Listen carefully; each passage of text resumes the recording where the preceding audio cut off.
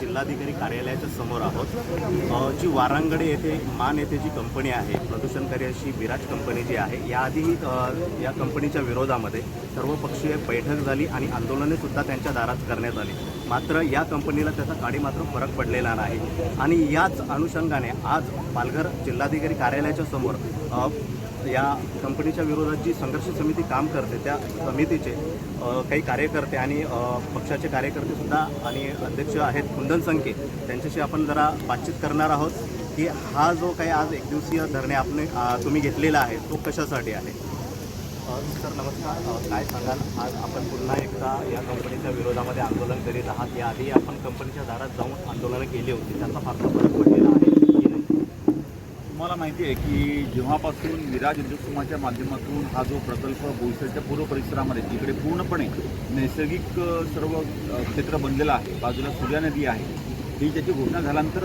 पालघर जिल्ह्याच्या जनतेमध्ये प्रचंड राग आणि क्षोभ आहे। याचं कारण असं आहे कारण विराज उद्योग समूह ह्या MIDCमध्ये गेल्या अनेक वर्षांपासून केवळ आणि केवळ प्रदूषण निर्माण करण्याचं काम करतो आणि त्याच्या विरोधामध्ये आवाज उचलल्यानंतर त्याचं कुठलीही कारवाई MTCB करत नाही किंवा कुठलंही शासन करत नाही आणि जिकडे एक नैसर्गिक वातावरण बनलेलं आहे, पर्यावरणपूरक वातावरण आहे आणि तो केरियर क्षेत्र आहे, अशा ठिकाणी आम्ही गेल्या अनेक दिवसांपासून म्हणजे पहिला आम्ही आंदोलन केलं, नंतर जनसुनावणीमध्ये तो आक्रोश आपल्या सर्वांच्या माध्यमातून दिसला। परंतु आज ज्या वेळेला जिल्ह्याचे पालकमंत्री जनता दरबार पालघरमध्ये घेत आहेत हे आम्हाला जेव्हा समजलं तेव्हा ह्याची पुढची पायरी म्हणून आम्ही या जिल्हाधिकारी कार्यालयाच्या बाहेर त्या जनता दरबार हा जनतेकरता असतो आणि आम्ही अशी अपेक्षा ठेवतोय की पालघर जिल्ह्याचे पालकमंत्री यांनी ते नेहमी त्यांच्या वाक्यातून नेहमी असं असतं की जनता दरबार त्यांनी महाराष्ट्रामध्ये सुरू केला आणि मला वाटतं ह्याचं कारण असं असेल कदाचित त्यांना वाटत असेल की ह्या जनतेच्या दरबारातून मी लोकांच्या प्रश्न न्याय देऊ शकतो असं त्यांना वाटत असेल। तर मग पालघर जिल्ह्याचा सर्वात महत्त्वाचा प्रश्न जो लोकांच्या जीवाशी आलेला आहे, जो हा विराज म्हणून जो हा कंसरूपी मामा आहे तो प्रयत्न करतोय की बाबा मला कोणी अडवू शकत नाही आणि मी कसंही झालं लोकांना 100% टेक्निकली जरी विरोध असला तरी पण मी शासनाला सोबत घेऊन राजकीय लोकांना खिशात घालून मी हा प्रकल्प रेटून नेईल, हा जो त्यांचा आत्मविश्वास आहे याला कुठेतरी आम्ही संघटितपणे लढतोय आणि ह्याच्यामध्ये जरी आम्ही सर्वपक्षीय कार्यकर्ते, सामाजिक कार्यकर्ते, सर्व संघटना, सर्व तिकडचे स्थानिक भूमिपुत्र म्हणून एकत्र आलो असतो, याचं कारण एकमेव आहे की कुठल्याही परिस्थितीमध्ये विराज उद्योग समूहाचा हा प्रकल्प रद्द झाला पाहिजे, कारण याच्यातून केवळ आणि केवळ जनतेच्या आरोग्याशी खेळ होणार आहे। ज्या पेशांतर्गत ग्रामसभेने आज एक मोठा निर्णय घेऊन त्याच्या या उद्योगाला नाकारलेला आहे तोच कित्ता पालकमंत्र्यांनी गिरवावा आणि ना ग्रामसभा काय म्हणतो ना लोकसभा ना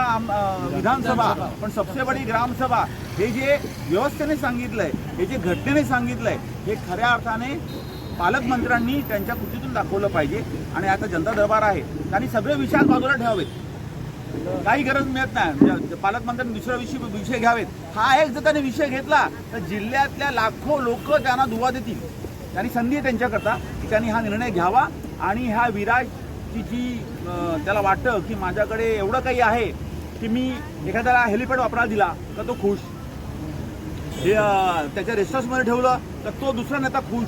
अजून काय त्यांना वाटतं की मी त्या राजकीय लोकांना फंड पुरवतो म्हणून तो खुश, आजूबाजूच्या दलालांना कामं येतो म्हणून ते खुश। पण तसं सर्व लोक नाही आहेत, आम्ही आज स्वाभिमानी लोक आहोत, आम्ही जनतेची ना ठेवून आहोत, आम्हाला इकडेच राहायचं आहे, इकडेच वर जायचं आहे, इकडच्या सूर्य नदीचं पाणी प्यायचं आहे, त्या मामाजीला काय करायचं नाही आहे, मामाजीला बिस्लरी वॉटर येईल आणून देणारे लोक असतील, आम्हाला तेच पाणी प्यायचं आहे कारण आम्ही निसर्गाचं संवर्धन करणारे लोक आहोत। जनता दरबारामध्ये हा प्रकल्प रद्द व्हावा या गोष्टींचा धरण आणि ह्याच्या पुढचं जी कारवाई आहे ती आम्ही अशा टोकाला नेऊ की मग एखादा मोठा स्फोट झाला, एखादी घटना घडते, मग त्याचं जबाबदारी आमची नाही, पालकमंत्र्यांनी ताबडतोब निर्णय घ्यावा, रद्द करण्याची घोषणा करावी म्हणून हा आंदोलन आहे। आज परत एकदा आपण जिल्हा दरबारामध्ये जनता दरबारामध्ये काही निवेदन दिलेलं आहे का? आणि बोलवता आम्ही जाऊ ना, बिनबुलाय कशाला? पालकमंत्र्यांना सर्व जो घरातला जो वडीलधारी माणूस असतो ना त्याला आपला मुलगा कुठे आहे, त्याच्यावर कुठलं संकट आहे, आपल्या मुलीवर कुठलं संकट आहे, कुटुंबावर कुठलं संकट आहे, त्याची सर्व जाणीव असते। आणि पालकमंत्र्यांना मला वाटतं सर्व जिल्ह्याच्या गोष्टींची इनपुट्स आहेत, त्यामुळे पालकमंत्र्यांनी आम्हाला संवेदन हे दाखवून त्यांनी आम्हाला बोलवं, आम्ही 100% त्यांनी आम्हाला बोलवतं आम्ही तिकडे जाऊ, कारण त्यांचा मान ठेवून आमचं काम आहे आणि आमची मागणी तिकडे अधोरेखित करू की ह्यांना प्रकल्प रद्द करावा म्हणून. तर नक्कीच हे होते कुंदन संकेत. त्यांनी